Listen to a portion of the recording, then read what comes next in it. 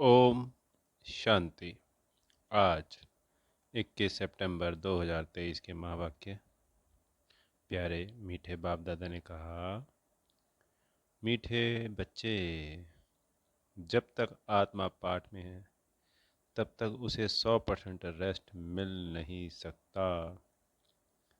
Rest मिलती है निर्वाण धाम में, वहाँ कोई पाठ नहीं है। तो आज बाप कह रहे हैं हमारे पिताश्री जी कि 100% रेस्ट तो मिल नहीं सकती, वो सिर्फ निर्वाण धाम में मिलती है। प्रश्न है, जो बच्चे चलते चलते पढ़ाई से थक जाते हैं उन्हें फिर कौन से संकल्प आते हैं जो विकल्प का रूप ले लेते हैं?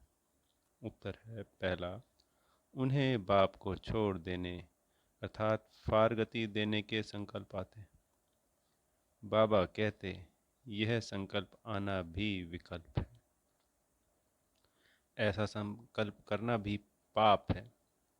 पढ़ाई न पढ़ना माना ही थक जाना। ऐसे बच्चे अपना खाना खराब कर देते हैं। तो ऐसे संकल्प आना कि हम बाप को छोड़ दें, ये वाकई में पाप है, और ऐसे संकल्प भी विकल्प होते हैं। दूसरा है पॉइंट इसी में, अगर किसी बात के कारण कोई माता पिता से रूठ जाते हैं तो वह 21 जन्मों की बादशाही गवा देते हैं, क्योंकि जब पढ़ना छोड़ दिया तो जो वर्षा है वो भी समाप्त हो जाएगा और आगे का वर्षा बनेगा नहीं और फिर से विकर्म शुरू हो जाएंगे। तो बस बाबा का बच्चा कभी बना था, कुछ लिया था, तो त्रेता अंत में तो या त्रेता में तो आ ही जाएंगे, पर अपना वर्षा गवा देंगे। गीत है, आज अंधेरे में है इंसान। ओम शांति। यह है भक्ति का गीत व प्रार्थना। किसके पास प्रार्थना करते हैं? भगवान के पास। परंतु घोर अंधियारे में होने के कारण भगवान को जानते ही नहीं। तो अब सुने कौन? जब भगवान उन्हों की पुकार सुने तब आकर ज्योति जगाए।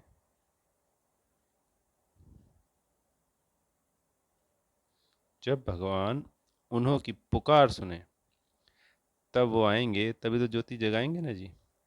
परंतु बच्चे भगवान को जानते ही नहीं, तो सुनेंगे फिर कैसे? अभी तुम सम्मुख बैठे हो, भगवान तुमको घोर अंधियारे से घोर सोजरे में ले जा रहे हैं। भगवान तुमको घोर अंधियारे से घोर सोजरे में ले जा रहे हैं।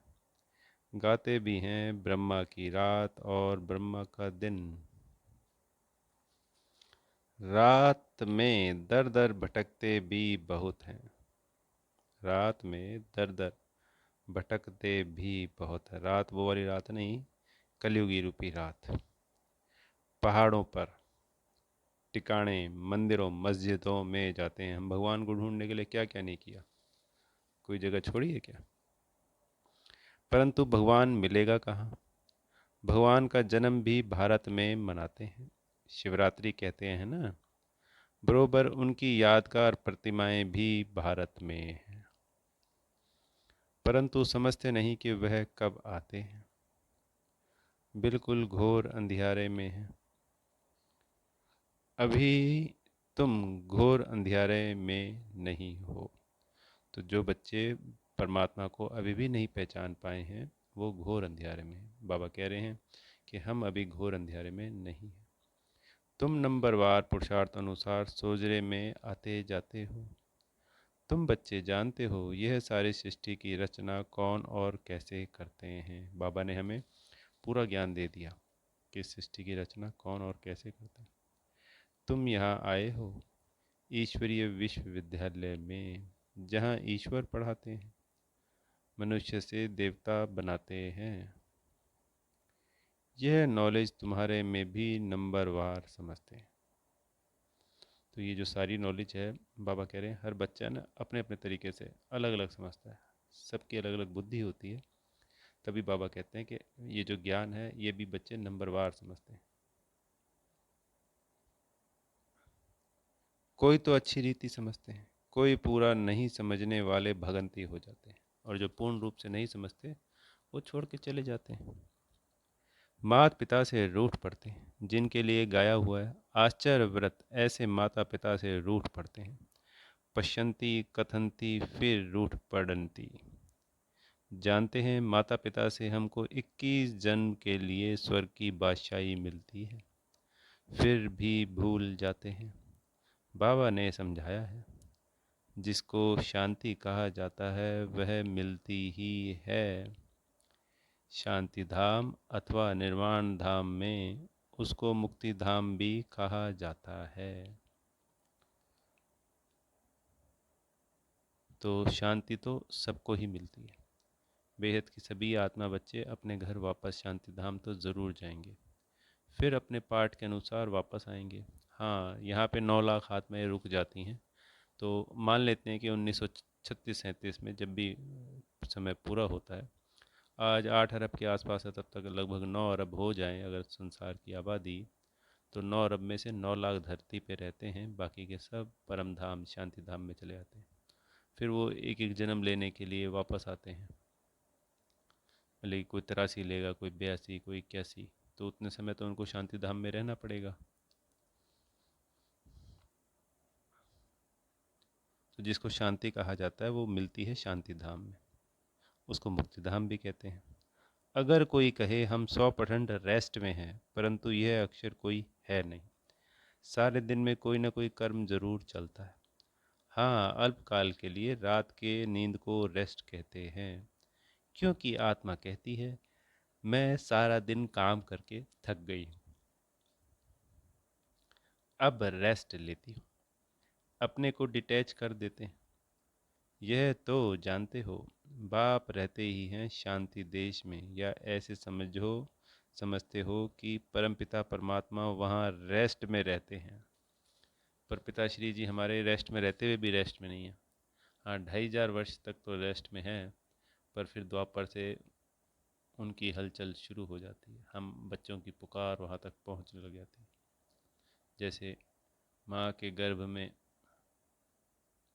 बच्चे की और माँ की नाल एक ही होती है ना जी, ऐसे ही हमारी एक अदृश्य शक्ति समझ लीजिए, एक अदृश्य धागा कह लीजिए, हम आत्माओं को परमात्मा के साथ जुड़ा रहता है। हमारी जो भावनाएं हैं ना वो परमात्मा तक पहुंचती है द्वापर और कलयुग में भी, और फिर उसी अनुसार वो कार्य करते हैं। परमात्मा रेस्ट में तब रहते हैं जब उनका पाठ नहीं है, मुक्ति धाम में कोई काम नहीं करते। यह बड़ी समझने की बातें हैं। अभी तुम्हारी बुद्धि का ताला खुलता जाता है। बाप कहते हैं तुमको पता है मैं रेस्ट में कब रहता हूँ, जबकि तुम बच्चे स्वर्ग में सुख में रहते हो, वहाँ तुमको सुख शांति है, उसको रेस्ट नहीं कहा जाएगा। स्वर्ग में रहने के बावजूद भी बाबा कह रहे हैं उसको रेस्ट नहीं कहते। रेस्ट में तब कहें जब तुम्हारा कोई पार्ट नहीं है। हम आत्माएं क्या सोचती थी जी कि कलयुग में से आए थे, हम सभी बच्चे कलयुग से तो आए हैं ना, अब संगम युग पे हैं। तो कलयुग में कैसी कैसी परिस्थितियां देख रहे थे बच्चे, फिर वहाँ से सोचा कि बोली चलो परम धाम जाएंगे, फिर पता चला पार्ट ही हमारा सतयुग में है। तो अब उस कलयुगी दुनिया के मुकाबले जितना हम थक चुके थे, तो एक तो आत्मा की ऊर्जा पूरी होगी 100% सतयुग में, और फिर कुछ दुख नहीं होगा। तो एक तरीके से वही रेस्ट था। सुख तो है ही है, पर बाबा प्रैक्टिकली वैसे समझा रहे हैं कि आत्मा बिना कर्म के रह सकती है, वो परम धाम में रहेगी। पर ऐसे भी कंपैरिजन करें उस कलयुग अंत का और सतयुग की शुरुआत का या पूरे सतयुग का, तो हम अपने आप को रेस्ट में मानते हैं। तुम जब स्वर्ग में हो तो कोई मेहनत नहीं करनी पड़ती है, तो वहाँ मतलब घर में यानी परमधाम शांत में रहता हूँ। शांति का दूसरा अक्षर वहाँ रेस्ट कहेंगे। यहाँ तो रेस्ट में रह नहीं सकते। आत्मा कहती है मैं रेस्ट में तब हूँ जबकि रात को नींद करती हूँ, उस समय रेस्ट में हूँ या शांत में हूँ। बात एक ही है। रात को अशरीरी बन जाते हैं, शांत हो जाते हैं, फिर उठते हैं तो कर्म में आते हैं। फिर भी अनरेस्ट है, कर्म करते अनरेस्ट भासती है। सतयुग में अनरेस्ट का सवाल नहीं, अनरेस्ट करती है माया। वहाँ ऐसे नहीं कहेंगे कि हम रेस्ट में रहते हैं, काम काज सब करते हैं सतयुग में। जैसे अभी बोला ना कि हमने कहा कि भैया हम रेस्ट में मान लेते हैं, तो बाबा उसका जवाब दे रहे हैं कि नहीं, ऐसे नहीं कहेंगे कि हम रेस्ट में रहते हैं। पर वो बिल्कुल सत्य है बाबा की बात, सर आंखों पे। हम तो एक कंपैरिजन, कलयुग में जो हलचल होती है, जो परिस्थितियाँ आती हैं, उसके मुकाबले वो चीज़, वो कंपैरिजन था। परंतु अशांत नहीं रहते, बाबा ने क्लियर कर दिया। काम काज सब करते हैं परंतु अशांत नहीं रहते। जैसे कलयुग में क्या रहते थे, अशांत। बाकी रेस्ट अक्षर नहीं है। समझो कोई कहते हैं हम शिमला जाते हैं रेस्ट के लिए, परंतु रेस्ट का अर्थ नहीं है। सच्ची रेस्ट तब है जब हम निर्वाण धाम में रहते हैं, वहाँ चुप रहते हैं। बाकी रेस्ट कोई को नहीं है। कोई कहे हमको 100% रेस्ट है तो वह रॉन्ग है, इसको अज्ञान कहा जाए। हाँ, यह जरूर कहा जाएगा, पढ़ाई नहीं पढ़ने चाहते तो रेस्ट लेते हैं, ना पढ़ना रेस्ट लेना यह तो फिर थकना हो गया। अपना ही खाना खराब करते हैं। समझाया जाता है, हे रात के राही, स्वर्ग की राह पर चलते चलते थक मत जाना, रूठ नहीं जाना। हे रात के राही, स्वर्ग की राह पे चलते चलते थक मत जाना, रूठ नहीं जाना। माता पिता को फारगति देने का तो संकल्प ही नहीं उठाना। यह संकल्प उठाया तो उसको विकल्प कहा जाता है। ऐसे माता पिता जिससे स्वर्ग की रजाई मिलती है, उसके लिए संकल्प भी क्यों उठाएं। बिल्कुल राइट बात है कि ऐसे माता पिता 5,000 साल में एक बार मिलते हैं। 83 माता पिता देख चुके हैं कलयुग में, क्या क्या हालात देख चुके हैं। फारगति देने का सवाल ही कैसे उठता है, यही समझ में नहीं आ रहा। इसलिए ऐसा यहाँ क्या हो गया जो फारगति देनी पड़ती है। यही तो एक आखिरी रास्ता है, इसके अलावा संसार में कोई रास्ता है ही नहीं।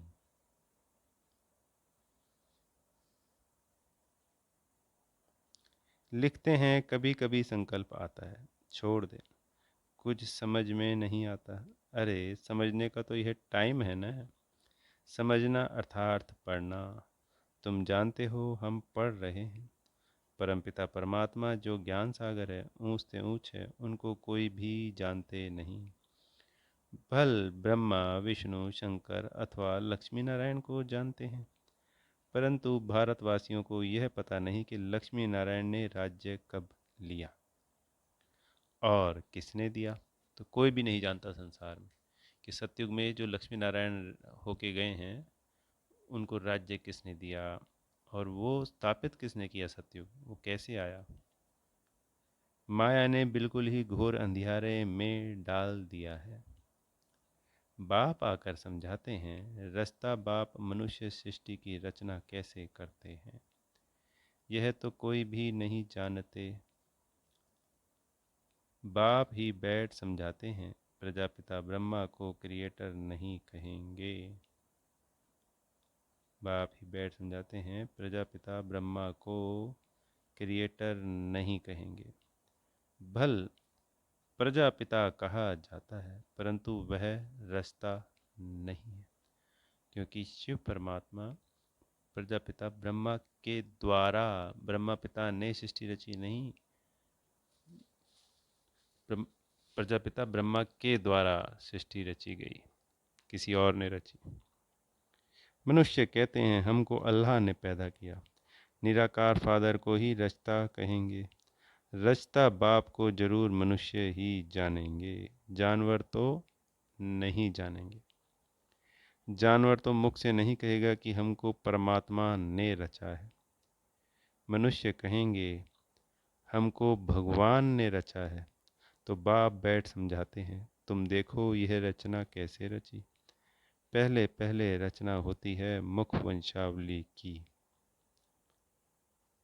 तो बाबा हमारी रचना कैसे करते हैं? मुख वंशावली है ना, हम मुख से कहा और हम बच्चा बन गए, हमने मुख से कहा वो बाबा हो गए। ऐसे तो हम परम धाम में असलियत में ही थे, पर अब 5000 साल बाद जब हम मिलते हैं तो मुख वंशावली है ना। बच्चे को बड़ा होकर फिर बाप बनना है, यह बेहद का बाप कहते हैं। देखो मैं भी कैसे रचना रचता हूँ, इनमें प्रवेश कर इनको मुख द्वारा कहता हूँ, हे आत्मा तुम मेरी हो, मैं तुम्हारा बाप हूँ। फिर इनके द्वारा तुम बच्चों को रचता हूँ, तुम हो मुख वंशावली।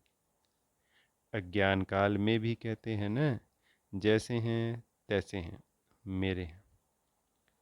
बाप भी ऐसे कहते हैं, तुम ब्रह्मा के बच्चे बन जाते हो।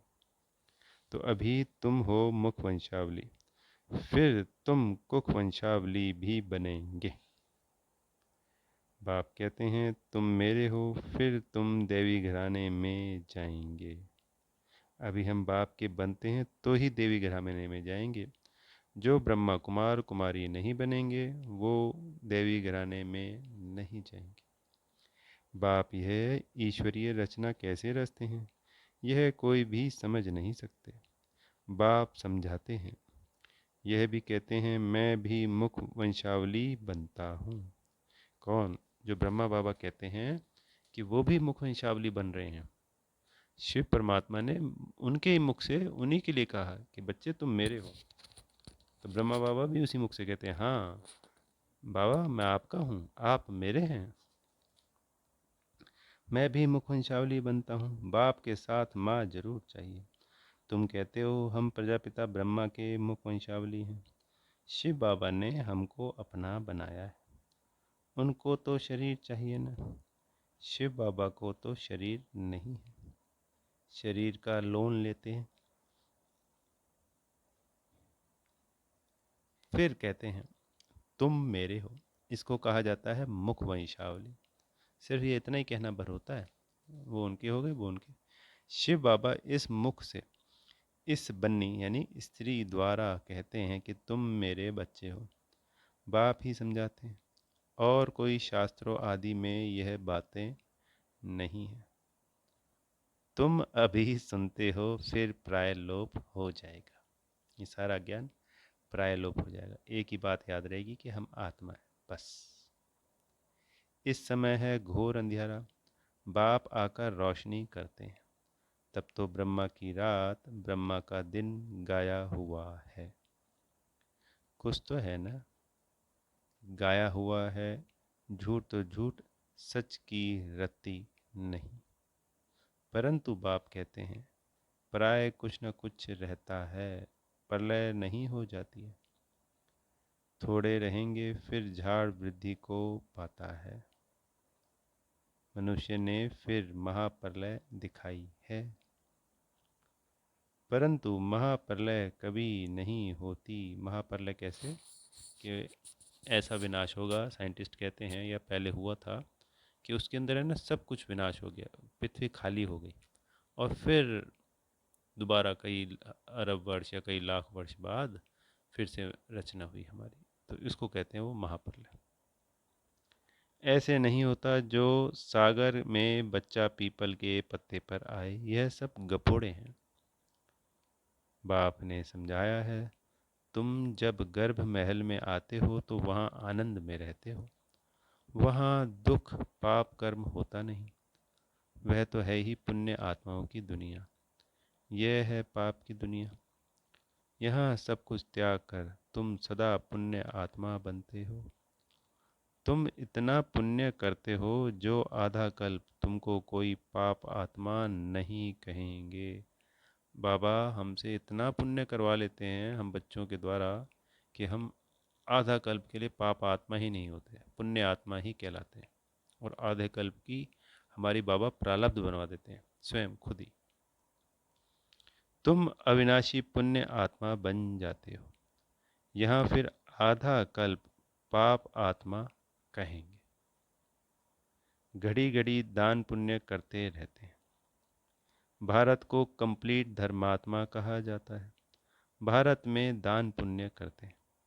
तुम जानते हो यह दुनिया हम छोड़ने वाले हैं, फिर आना नहीं है। तात्पर्य, अगर हम सतयुग में भी गए तो इस कलयुग में थोड़ी आएंगे, और जो परम धाम रह गए वो भी नहीं आएंगे, तो ये दुनिया तो छोड़ देंगे ना जी। इस दुनिया की सामग्री तुम ट्रांसफर करते हो नई दुनिया के लिए। मनुष्य ईश्वर अर्पणम करते हैं, अर्थात ट्रांसफर करते हैं दूसरे जन्म के लिए। वहाँ तुम ट्रांसफर करते हो 21 जन्मों के लिए, तो बहुत चाहिए न। तुमसे सारी कीचड़ पट्टी लेकर नया देते हैं, पुराना लेकर सोने का देते हैं। तो बाबा हमसे विकार हमारे समाप्त कर देते हैं, हमारे पुराने संस्कार लेकर नए संस्कार दे देते हैं। तन और मन ये भी नया बना देते हैं। धन जो ये भी पुराना कुछ ना के बराबर है, उसको भी लेकर सोने हीरे जवाहरातों के महल दे देते हैं। तो जो देते हैं बाबा, वो कौड़ी का हीरा देते हैं हमको। हमें भी कौड़ी से हीरा बनाते हैं, और हमारी कौड़ियों को भी हीरे में तब्दील कर देते हैं। और वो कौड़ियाँ भी बाबा के जो इस कल्प में दिए हुए हीरे थे, उनकी वहाँ पर कौड़ी रह गई थी। तो वो भी सब कुछ उन्हीं का था। तो वो ही खुद ही अपना ही पुराना लेकर खुद ही हम बच्चों को कितना प्रेम करते हैं वो हमसे। तुम सच्चाई से बाप को देते हो, बाप भी तुमको सब कुछ देते हैं। तुम्हारा पाठ जो चलता आया है, यह ड्रामा में था। सबने घर बार छोड़ा, नहीं तो गौशाला कैसे बने। मनुष्य तो जब भट्टी बनी थी 300 बच्चों की, तो उसको बाबा कह रहे हैं कि सबने घर बार छोड़ा, तो वो भट्टी बनी, उसको बाबा गौशाला कह रहे हैं। मनुष्य तो नहीं जानते भट्टी कैसे बनती है, वह तो दिखाते हैं बिल्ली के पुंगरे आदि थे। यह सब ज्ञान तुम बच्चों को अभी है। तुम वहाँ यह ज्ञान फिर वहाँ यह ज्ञान नहीं रहेगा। हम ऐसे 21 जन्म राज्य करेंगे, फिर गिरेंगे। वहाँ यह ज्ञान नहीं रहता। त्रिकाल दर्शी पने का पाठ तुम्हारे में अभी रहता है। मुख्य हीरो हीरोइन का पाठ तुम्हारा ही है। तो जो 9 लाख बच्चे 84 जन्मों की यात्रा करते हैं, इस 5000 वर्ष वाली फिल्म में ये 9 लाख हीरो हीरोइन है। जहाँ 9 अरब आत्माएं हैं, एक फिल्म में मान लो जैसे तो 20 कैरेक्टर होते हैं, तो 20 में से 2 ही तो कैरेक्टर हीरो हीरोइन होते हैं ना जी। तो 9 अरब में क्या 9 लाख नहीं बन जाएंगे हीरो हीरोइन।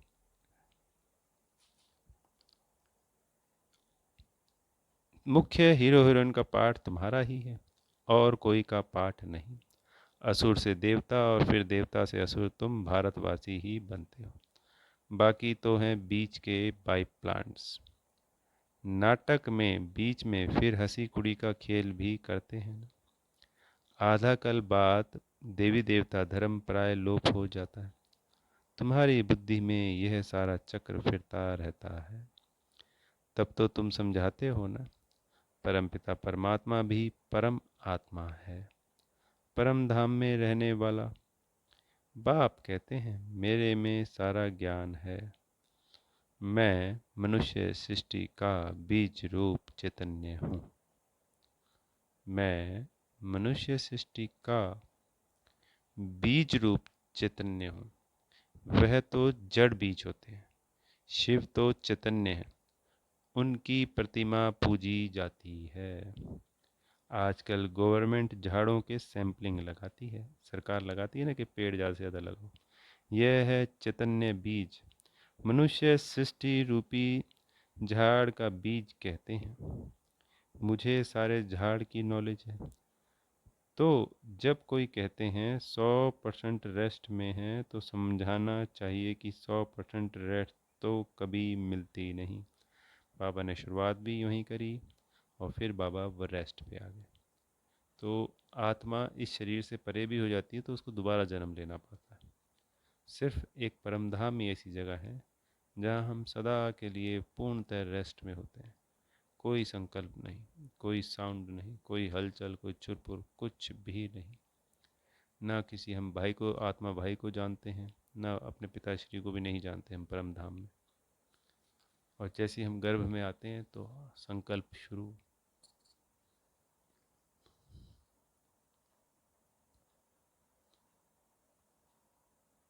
हाँ, ऐसे कहेंगे स्वर्ग में 100% पवित्रता, सुख, शांति रहती है।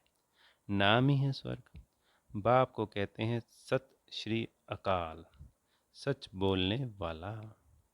उनको कोई काल नहीं खाता, उनको कहा जाता है कालों का काल। बाप कहते हैं ये अच्छी अच्छी दुनिया है, इस भंबोर को आग जरूर लगनी है। यह बच्चे जानते हो, तुम बच्चे जानते हो, यह महाभारत लड़ाई महा कल्याणकारी है। मनुष्य यज्ञ करते हैं कि शांति हो जाए, गोया समझते हैं स्वर्ग के गेट ना खुले। तुम तो ताली बजाते हो भंबोर को आग लगे तो हम नई दुनिया बैकुंठ में जाएं।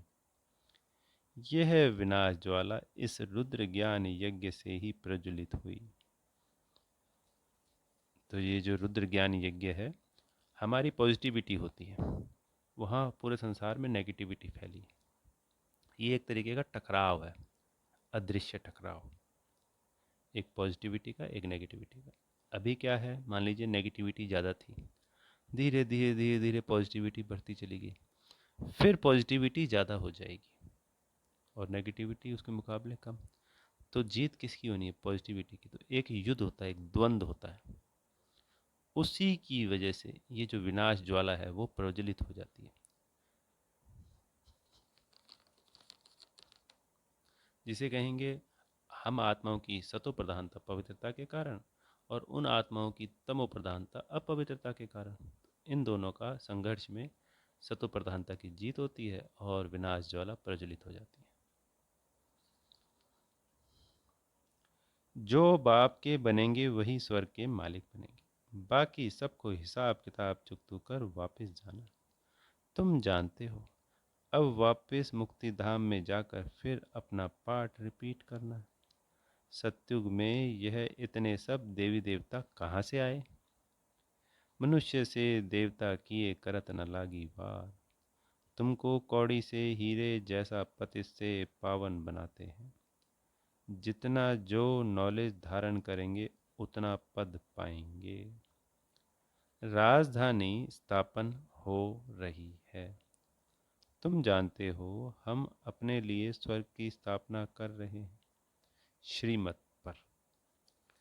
अगर श्रीमत से कोई रूठकर अपनी मत पर चले तो वह रावण मत हो जाएगी। चाहे परमत कहो, चाहे अपनी मत कहो, बाबा की मत से हम कुछ भी मत को अपनाते हैं उसमें सिर्फ नुकसान ही नुकसान है। पिछले 2500 वर्षों से कर क्या रहे हैं? अपनी मत और रावण की मत पे तो चल रहे हैं, या परमत। रावण मत यानी परमत, बस एक ही मौका मिला है श्रीमत पे चलने का, आंख बंद करके चलो। कुआं भी दिखाई दे रहा है ना कि इसमें तो गिरते मर जाएंगे, और बाबा ने कह दिया गिर जाओ तो गिर जाओ। वो सोचो मरने देगा क्या? भगवान की श्रीमत है, भगवान की, उड़ा देगा वो। तात्पर्य मतलब उड़ती कला में ले जाएगा हमको। वो हमसे इतना प्रेम करता है।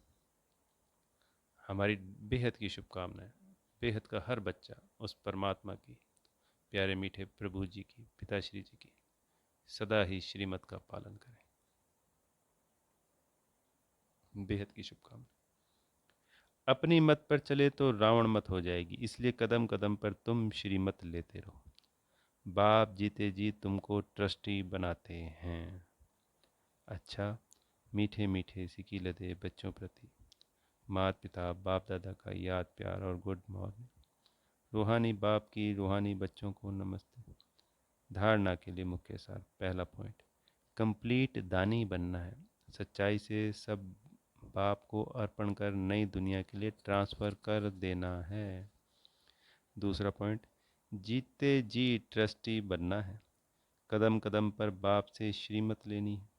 कभी भी श्रीमत से रूठ मनमत पर नहीं चलना है।